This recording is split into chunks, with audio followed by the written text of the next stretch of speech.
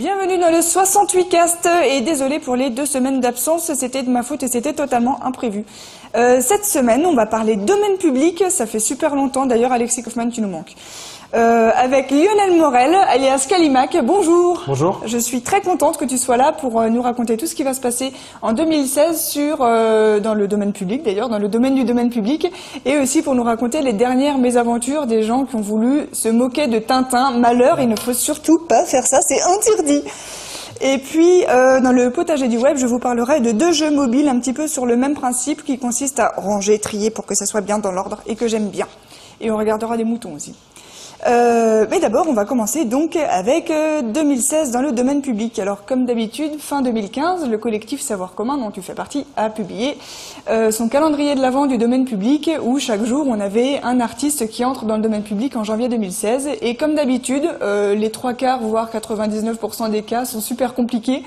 Parce que y en a certaines œuvres entrent, pas d'autres. Il y a eu des allongements, il y a eu des procès. Et le cas le plus symptomatique là cette année, c'est quand même Anne Frank. Oui, c'est une œuvre qui est vraiment dans une situation très compliquée, à quel point qu'en fait personne ne sait vraiment si le journal d'Anne Frank sera vraiment dans le domaine public en 2016. En fait, donc là, on est déjà mi-février, mais on ne sait toujours pas. Non, on ne sait pas. Il y a une situation qui est hyper compliquée parce qu'en fait, le journal d'Anne Frank, donc Anne Frank est morte dans un camp de concentration il y a 70 ans. Donc normalement, le droit d'auteur, ça dure en Europe 70 ans après la mort du créateur. Donc elle devrait être entrée dans le domaine public au 1er janvier 2016. Sauf que, en fait, c'est son père qui a publié le journal en 1947. Et en publiant le journal, il a en fait fusionné plusieurs versions qu'avait laissées sa fille. Et donc maintenant, le fonds Anne Frank qui gère les droits sur cette œuvre-là prétend qu'en fait, le père est co-auteur du journal. Et comme il est mort en 1980, ça nous allongerait les droits jusqu'en 2051. Donc ce qu'il a fait, c'est qu'en fait, il a fait des coupes dans le journal, et notamment il a supprimé certains passages qu'il estimait trop osés, notamment ceux où Anne Frank raconte son éveil à la sexualité et des choses comme ça. Donc en fait, il a plutôt fait des censures qu'autre chose. Et est-ce que ça le rend co-auteur de l'œuvre? C'est quand même... parce qu'il n'a rien écrit, il n'a pas écrit de mots lui-même. C'est des coupes et de la réorganisation. Il a juste réorganisé les textes, et donc est-ce que ça le rend co-auteur? C'est compliqué. Et ensuite, il y a une autre version qui est parue en 1986, mais là, en fait, donc là, c'est le journal, on va dire, original, sans les coupes. Mais là, au moment où il est paru, il y avait une directive européenne qui disait que la durée du droit d'auteur pour les œuvres posthumes, c'était 50 ans après la parution. Et donc là, ça nous amènerait jusqu'en 2037. Mais le droit, il a changé depuis, et c'est devenu 70 ans après la mort. Donc, en fait, pour les œuvres posthumes aussi. Oui, pour les œuvres posthumes aussi. Donc du coup, on est dans une situation qui est hyper complexe. Donc il y a plusieurs personnes qui... Mais attends, le texte original a été édité pour la première fois en 86. Mais comme il a été écrit bien avant et qu'elle est morte avant, c'est pas cette date-là qui compte, c'est la date de l'édition qui fait courir le... Eh bien en fait, personne ne sait exactement. C'est ça qui est fou en fait, c'est qu'en fait il y a un tel empilement de règles qui sont rajoutées au niveau national, au niveau européen, c'est même pas harmonisé dans les différents pays, que dans certains cas, et c'est ce qu'on constate depuis qu'on fait le calendrier chaque année, on tombe dans des sacs de nœuds qui font qu'on n'arrive pas à savoir si une œuvre ou pas est dans le domaine public. Et pour une œuvre comme Anne Frank, c'est grave quand même, parce que c'est quand même un texte vraiment très très important, et s'il pouvait vraiment rentrer dans le domaine public et pouvoir être diffusé plus largement, ça aurait vraiment un intérêt. Ok, mais comment on va savoir si c'est dans le domaine public ou pas? Il faut que quelqu'un essaye de le publier et qu'il y ait un procès, quoi. Et bien là, c'est la seule façon d'être sûr à 100%. Il n'y a qu'un juge qui peut nous dire la bonne décision, et donc il y a Olivier Hertzscheit, qui est un enseignant-chercheur, qui a choisi de le publier sur son blog. Il a été suivi par Isabelle Attard, qui est une députée française, qui a dit, voilà, moi j'assume le risque, je publie quand même l'œuvre. De celle qui est au taquet sur le numérique. Tout à fait. Et on a été plusieurs, moi je l'ai fait sur mon blog aussi, voilà, on a été plusieurs à se dire, ben voilà, on veut savoir, donc on publie le texte en ligne, on verra bien ce qui se passe. Et le fonds Anne Frank a réagi déjà? Le fonds Anne Frank a déjà menace de poursuite, donc il est fort possible que ça aille en justice, et donc là on verra si Anne Frank est dans le domaine public ou pas. D'accord. C'est fou quand même qu'il faille en arriver là et qu'il n'y ait pas eu de précédent sur des cas un peu similaires qui permettent de répondre à ces questions, quoi. Non, on n'a pas la réponse définitive là-dessus, quoi. Deuxième cas, tant qu'on est dans la guerre mondiale, Mein Kampf. Oui, un cas qui est un peu lié d'ailleurs, parce que paradoxalement, Mein Kampf d'Hitler, voilà, Hitler est mort en 1945 aussi. Ben, là, c'est une œuvre où on est sûr qu'elle va rentrer dans le domaine public cette année. Depuis le 1er janvier, c'est dans le domaine public. Ouais. Jusqu'à présent, et ça pose d'autres questions, parce que là, c'était une œuvre qui jusqu'à présent était interdite dans plusieurs pays de réédition. En Allemagne, en fait, les Alliés avaient confisqué les droits d'auteur d'Hitler, ils les avaient donnés aux Land de Bavière, qui utilisaient le droit d'auteur pour empêcher en fait la réédition de Mein Kampf. Et donc là, eh ben, les droits d'auteur s'arrêtent, donc il va y avoir des tas de rééditions. Il y en a une, d'ailleurs en Allemagne, il y a une réédition scientifique qui a eu lieu. En France, il y a Fayard qui va en faire une. Donc scientifique avec des annotés, critiqués, pour vraiment mettre en perspective tout ce que Hitler affirme dans le livre. Au Luxembourg, ils ont choisi d'interdire, de continuer à interdire en disant que l'œuvre, il y avait un appel à la haine. Et donc du coup, ils l'interdisent avec les limites à la liberté d'expression. Ah oui. Donc, et ça marche, ça?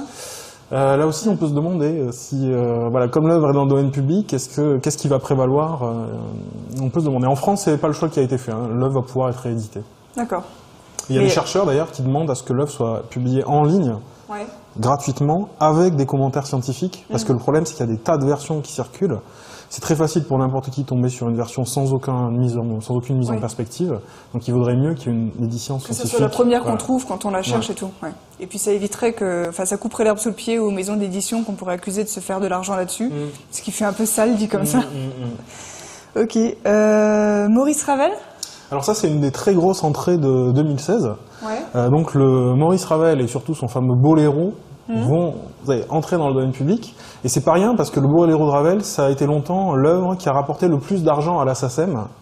Voilà, c'est un énorme carton mondial et une œuvre qui a généré beaucoup de revenus.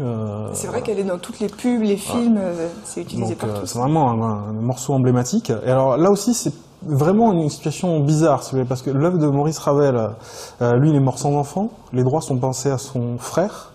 Son frère a eu un accident de voiture. À un moment donné, il a voulu faire don des droits d'auteur, notamment pour financer un prix de musique. Les droits sont mystérieusement passés à son infirmière et à son mari, dans des circonstances bizarres. Et finalement, ces droits sont à un moment, il y a même eu des histoires assez louches avec un ancien directeur de la SACEM. Bon, voilà, c'est un des cas très pathologiques qui fait que cette œuvre, en fait, elle a fait beaucoup d'argent, mais pas forcément pour des raisons très nettes, quoi.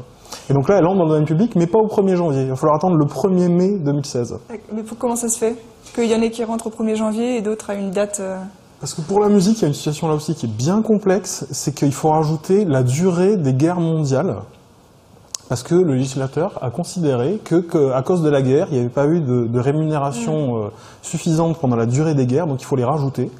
Et ça vaut que pour la musique, pour de sombres histoires de jurisprudence. Donc là, c'est un cas, chaque année, il faut faire très attention avec les compositeurs, parce qu'il faut rajouter ces durées. Et donc là, il va falloir et là, ça se compte en durée de mois pour refaire exactement la durée de la guerre, exactement, c'est de la déclaration de guerre au traité de paix. Et donc du coup, il va falloir rajouter, là, il fallait rajouter 8 ans, plus un certain nombre de jours qui nous amènent au 1er mai. Et là, enfin, Ravel. Et alors, ce qu'il y a, c'est que le Boléro va rentrer, mais les œuvres de Ravel publiées avant 1920, elles vont rester protégées, parce qu'il faudra rajouter aussi la durée de la Première Guerre mondiale. Donc, pour Ravel, il n'y a que le Boléro, enfin, pas que le Boléro, mais il faut faire attention. Donc, il est mort il y a 12 000 ans, mais il y a des trucs qui vont être libérés en 2025. Ok. Et bonjour pour s'y retrouver, quoi. Et dernier cas, fort sympathique aussi, celui de la chanson Happy Birthday, que tout le monde chante partout, tout le temps, et dont on penserait qu'elle fait partie du domaine public depuis des siècles, et en fait, elle l'était pas. Alors ça, c'est un cas qui est vraiment incroyable aussi, qui a aussi une victoire, parce qu'en fait, la Warner prétendait avoir un copyright sur Happy Birthday depuis très longtemps, en fait, depuis les années 80. Et donc quand vous chantez ça chez vous, ça va, pas de problème, pas quelqu'un qui va arriver pour vous faire payer quelque chose. Par contre, si Happy Birthday apparaissait dans un film, dans un documentaire, dans un spectacle, là Warner facturait des royalties et des royalties juteuses, quoi. Et donc du coup, il y a On a un exemple de combien ça coûte Ah, ça pouvait... Il y avait des cas, par exemple, pour un documentaire où ça pouvait facilement coûter 5 000 $, quoi, de faire passer Happy Birthday, quoi. Et B. Donc c'est pas négligeable. Et en fait, ce qui se passe, c'est que Happy Birthday, c'est une chanson qui a été composée à la fin du 19e siècle par 2 sœurs américaines dans le Kentucky, qui ont fait une chanson pour enfants, qui s'appelait pas Happy Birthday d'ailleurs au début, qui s'appelait Good Morning to You. Ensuite, il y a quelqu'un qui a rajouté, on sait pas trop qui, des paroles en lien avec les anniversaires. Et en 1935, il y a un éditeur de partition qui a publié la partition de cette chanson en prétendant que c'était un de ses employés qui l'avait écrite. Et Warner, après, a racheté cet éditeur et a prétendu avoir le copyright sur la chanson. Et alors aux États-Unis, en fait, il y a des gens qui n'étaient pas d'accord avec ça, en fait, des documentaristes qui ont choisi de faire un procès à la Warner pour contester la validité du copyright. Et à la fin de l'année dernière, ils ont réussi à gagner, après une longue bataille en justice, ils ont prouvé que le copyright était invalide. Comment ils l'ont prouvé? Alors ils ont réussi à prouver qu'avant 1935, le moment où Warner a racheté l'éditeur, il y avait déjà des versions de partitions qui circulaient et qui attestaient en fait que c'était pas eux qui avaient été les premiers à déposer ce copyright. Ils ont retrouvé des partitions du début du XXe siècle. Ils ont été obligés de chercher dans des archives et ils ont réussi à trouver un recueil de chansons qui prouvait que Happy Birthday circulait déjà à l'époque. Et donc maintenant on peut chanter Joyeux anniversaire sans rien devoir à personne. On attend la décision finale du tribunal qui va arriver dans les semaines qui viennent. Normalement Warner va devoir payer beaucoup d'argent pour rembourser. Et le tribunal devrait enfin dire, ça y est, Happy Birthday est dans le domaine public et tout le monde pourra la réutiliser librement. Eh ben, punaise, il était temps. Ok, et ben, sinon il y a encore plein d'autres exemples d'artistes passionnants et ou compliqués sur le calendrier de l'Avent du domaine public qui est toujours en ligne. Donc si vous voulez aller voir, c'est vachement bien. Maintenant, on va regarder des moutons filmés par un drone par le photographe aérien Tim Whitaker. C'est vachement impressionnant, en Nouvelle-Zélande.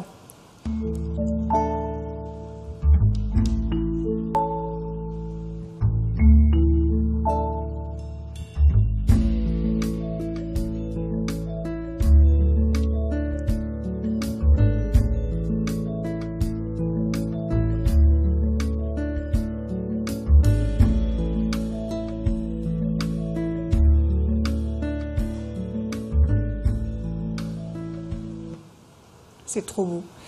C'était notre virgule What the fuck qui nous permet d'enchaîner sur le deuxième sujet que tu voulais aborder aujourd'hui, Lionel Morel, sur Tintin, une page Facebook qui s'appelle Infographiste et la société Moulinsart qui est spécialiste pour foutre des bâtons dans les roues de tous les gens qui voudraient s'exprimer sur Tintin. Alors, qu'est-ce qui s'est passé? Ça, c'est un cas assez emblématique, parce que bon, sur Internet, il y a beaucoup de détournements, de parodies, de mash-up, de remix qui circulent. Et en général, ça peut poser des problèmes de droit d'auteur, mais quand on essaie de faire ça avec l'œuvre d'Hergé et Tintin, c'est encore plus problématique, parce que la société Moulinsart est assez agressive. Elle est connue pour être vénère, ouais. Notamment avec tout ce qui est détournement sur Internet. Et donc là, Infographiste, c'est un... Ça s'écrit Infographiste. Ouais. En fait, c'est un créateur belge, un bruxellois, qui avait une page sur laquelle en fait, il reprenait des planches de Tintin et il changeait pas le dessin, mais par contre, il changeait les bulles et il mettait des dialogues mais vraiment complètement surréalistes où on voit par exemple le capitaine Haddock qui se plaint d'être confondu avec un hipster à cause de sa barbe. Tintin arrive pour lui faire un cours de tectonique, les Dupont veulent trouver un bar branché, enfin bon, vraiment des histoires vraiment très très drôles, quoi, des détournements. J'ai vu Tournesol mettre de la drogue dans les cocktails du capitaine Haddock. Oui. Donc bon, c'était potache, voilà, et donc il publiait ça sur sa page Facebook, et il avait quand même réussi à réunir une communauté de 30 000 abonnés, 30 000 abonnés, ce qui est pas rien.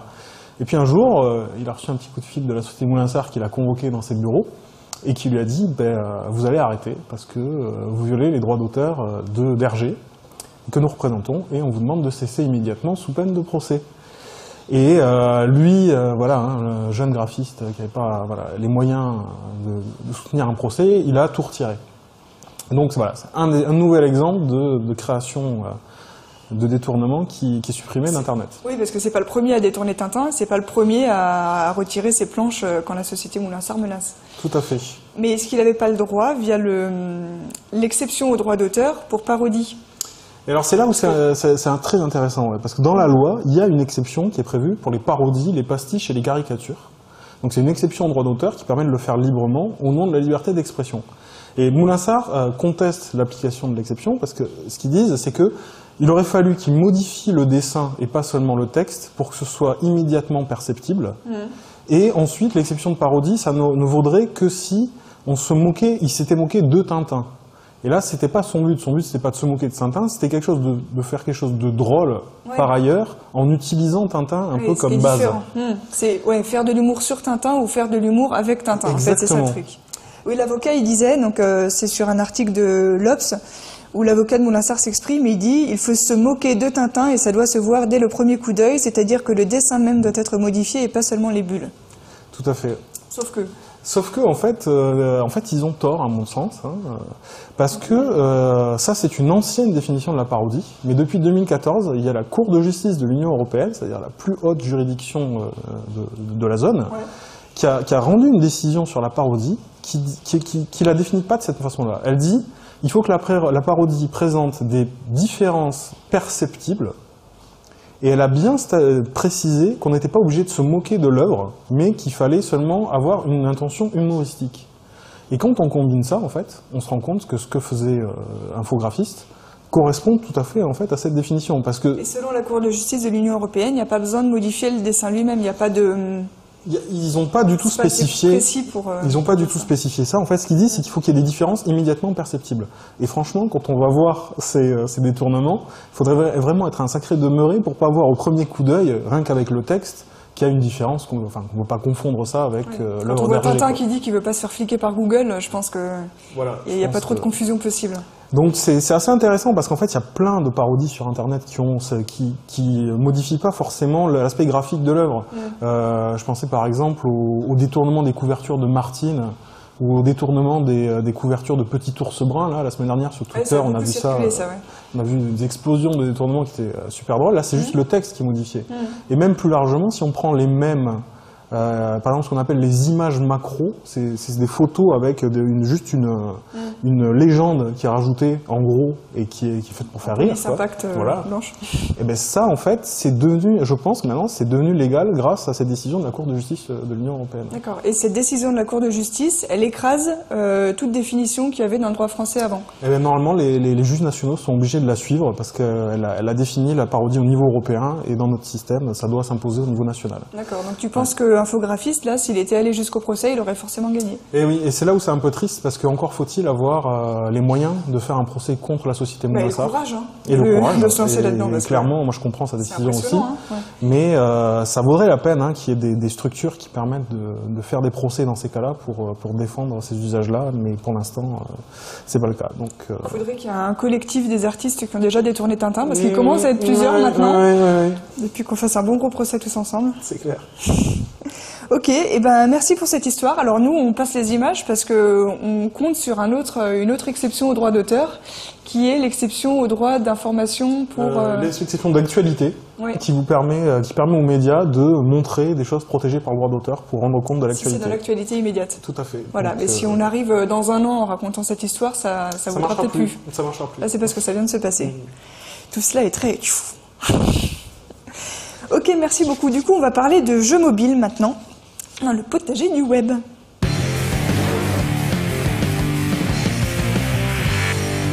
Alors, j'ai remarqué un truc, c'est que les jeux mobiles les plus populaires, ceux qui cartonnent, ce sont ceux qui flattent nos instincts de gros maniaques. Tu regardes Candy Crush, on trie les couleurs, on les regroupe ensemble, du coup elles disparaissent, ça fait de la place, après il y a de nouveau du bordel qui apparaît, on trie, on classe. Dans 2048, là où il faut additionner, faut faire 2048 en additionnant des 2, puis des 4, des 8, des 16 et tout ça, c'est pareil, il y a des tuiles qui sont disparates, et on les regroupe selon les mêmes numéros, et comme ça permet de faire de la place, on fait le ménage, et il y en a d'autres qui apparaissent. Et c'est toujours la même chose. Et il y a 2 jeux récents que j'adore, et qui sont exactement sur le même modèle, sur notre instinct de gros maniaque, quoi. Alors il y a Atomas, qui est sorti en août 2015 sur iOS et en décembre chez Android. Et Atomas consiste à rassembler en fait des atomes similaires pour faire grimper leur valeur. Alors ça ressemble à ça. Il y a des nouveaux atomes qui apparaissent au milieu, et nous on choisit du bout du doigt où on les insère en cliquant entre 2 atomes qui sont sur le cercle extérieur. Et donc ça le positionne là. Ensuite, s'il y a 2 atomes l'un à côté de l'autre qui ont la même valeur et qu'on envoie un signe plus qui apparaît de temps en temps entre les deux, et ben ça va les fusionner. Et si c'était 2 atomes de valeur 3, ça va devenir un atome de valeur 4. Et en fait, le but, c'est de faire des formes symétriques. Si on a 2 atomes de valeur 3, puis 2 de 4, puis 2 de valeur 1 par exemple, et que ça fait comme ça dans les 2 sens, et qu'on envoie un plus au milieu, et ben ça va fusionner les 3 d'un coup, ça fait une réaction en chaîne, et ça va faire monter la valeur de l'atome qui reste en place. et on va pouvoir continuer à avancer. Parce qu'en fait, plus on en ajoute, plus il se serre autour du cercle, et s'il n'y a plus de place d'en ajouter, eh bien c'est perdu. Donc il faut continuer à faire le ménage, sinon à un moment il n'y a plus de place et on l'a perdu. Je ne sais pas si j'ai été claire, en tout cas quand on a compris le truc, c'est vachement addictif. D'autant plus qu'il y a de temps en temps des bonus du genre des plus noirs qui permettent de fusionner des atomes différents ou des antimatières qui permettent de faire le ménage sur la moitié de l'écran. Donc en plus on a vaguement l'impression de faire un jeu un peu intello avec les numéros atomiques des éléments et que on s'y connaît vachement en physique et en chimie. En fait rien à voir, c'est juste qu'on a vu que les deux étaient les mêmes et puis qu'on les additionne. Et c'est vachement bien et c'est gratuit, donc Atomas. Et le deuxième jeu que j'aime bien s'appelle Niaki. Et c'est un jeu français. C'est un jeu français d'un jeune basque, je crois, qui s'appelle Iñaki Cervera Marzal, qui m'a écrit en disant « Bonjour, j'ai fait un jeu, vous voulez bien le tester ?» Je me suis dit « Oh, encore un développeur de merde qui fait un jeu de merde. » Mais j'étais bien luné ce jour-là. J'ai téléchargé le jeu et en fait, j'aime bien. Parce que c'est des couleurs qu'il faut regrouper pour faire des blocs de couleurs. Donc au début, on a des tuiles de plein de couleurs différentes. On va passer la vidéo, comme ça j'explique en même temps. Et puis, on bouge les tuiles pour les rassembler. Et puis, s'il y a deux couleurs identiques qui se retrouvent à côté, elles s'agglomèrent et du coup, le bloc devient solidaire. Le truc, c'est qu'on ne peut pas faire ça tout le temps. On ne peut pas déplacer un bloc s'il doit traverser un bloc qui est de taille équivalente ou plus grand que lui. Donc, en fait, il faut... Enfin, on peut pas traverser un bloc qui est plus grand que soi. Et à la fin, le but du jeu, c'est d'avoir rassemblé le plus de blocs possible et ça nous donne un pourcentage. Alors, je peux pas vous expliquer exactement à quoi correspond quand on a fini avec 67%, mais en gros, ça veut dire que 67% des blocs de couleurs sont avec leurs amis de même couleur. Et à la fin, on a un dessin qui est très joli. On peut faire une capture d'écran pour constater à quel point on a bien regroupé les blocs. Et on recommence. Et le but, c'est toujours d'améliorer c'est toujours la même partie et on améliore son score final. Alors, du coup, il y a le développeur Iñaki Cervera Marzal qui a tout appris tout seul, qui s'est enfermé dans sa chambre pour comprendre comment on fait des jeux pour mobile, qui m'a expliqué un peu ce qui lui était passé par la tête pour inventer ce jeu. Qui disait qu'il aime bien les jeux dans le genre match 3, donc c'est quand on regroupe par 3 éléments identiques comme dans Candy Crush, mais il trouvait qu'il y avait beaucoup trop de hasard parce qu'il y a des nouveaux éléments qui apparaissent une fois qu'on en a fait disparaître, et il aime pas ça. Parce qu'on ne sait jamais quel type va apparaître et du coup ça repose vachement sur la chance. Et donc il a gardé l'idée de blocs à déplacer et à regrouper, mais tous les blocs sont déjà là au départ. Donc comme ça, il n'y a que la configuration initiale qui change et après c'est vraiment entre vous et votre talent et vos compétences, quoi. Et lui, il est persuadé qu'on peut faire 100% à chaque fois. Moi, j'ai pas réussi à dépasser 86%. Mais en fait, si on se penche assez sur le jeu et c'est marrant parce qu'il y a 3 temps. Au début, il est vachement amusant. Il y a des petites notes cristallines quand on bouge les couleurs et tout. On s'amuse beaucoup. Après, il y a une période assez pénible où on a l'impression qu'il y a tellement de façons possibles dont on pourrait faire évoluer la partie qu'en fait, il n'y a aucune chance que... Enfin, il faudrait prévoir 10 coups à l'avance et c'est pire que des échecs, quoi. On se sent un petit peu noyé dans tous les paramètres possibles à prendre en compte. Et on se dit qu'il y a forcément de la chance parce qu'on fait ça un peu au hasard, parce qu'on n'a pas 3 heures à réfléchir à chaque coup. Et puis, au bout d'un moment, on arrive à comprendre comment se déplacent les blocs, on arrive à prévoir à peu près si celui-là on pourra le déplacer, comment les regrouper. On a une stratégie et là tout d'un coup on devient brusquement meilleur et on passe de 55% de score à 86%, ce qui est mon maximum pour l'instant et ce qui a l'air pas mal du tout. En tout cas il dit que ça commence à devenir bon à partir de 70%. Donc voilà, essayez, c'est vachement rigolo et puis c'est français et c'est pas tous les jours.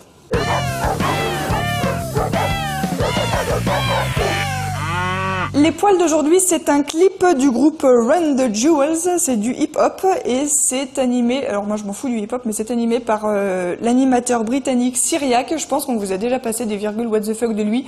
En tout cas, si c'est pas le cas, il faut vraiment aller voir sur YouTube ce qu'il fait. Il est spécialiste en mutation animalière, doigts qui se dédoublent et yeux qui l'incrustent sur des chats qui pullulent comme des kaléidoscopes. Et là, il a encore fait très fort. Take a right knee, the passion of pop, the depth of Nas, circa 9, mix the mind of Brad Jordan and Chuck D, and find me. I speak with the diction of Malcolm, Messiah, Bun B, prevail through hell, so Satan get ye behind me. The kitten became a lion and look at your face like great food. The kitten became a lion and look at your face like great food. The kitten became a lion and look at your face like